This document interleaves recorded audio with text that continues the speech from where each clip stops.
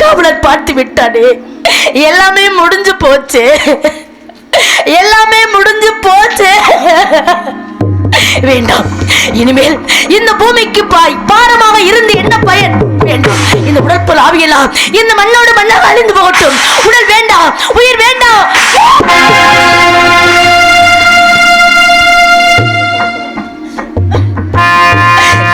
எதற்காக என்னை தடுக்க வேண்டும்? எதற்காக நீங்கள் என்னை தடுத்துக் கொண்டிருக்கிறீர்கள்? எதற்காக சாக வேண்டாம் என்று தடுத்துக் கொண்டிருக்கிறாய் என்று நீ கேட்கிறாய். சாக வேண்டாம் என்று சொல்வதற்கு, நான் தடுப்பதற்கு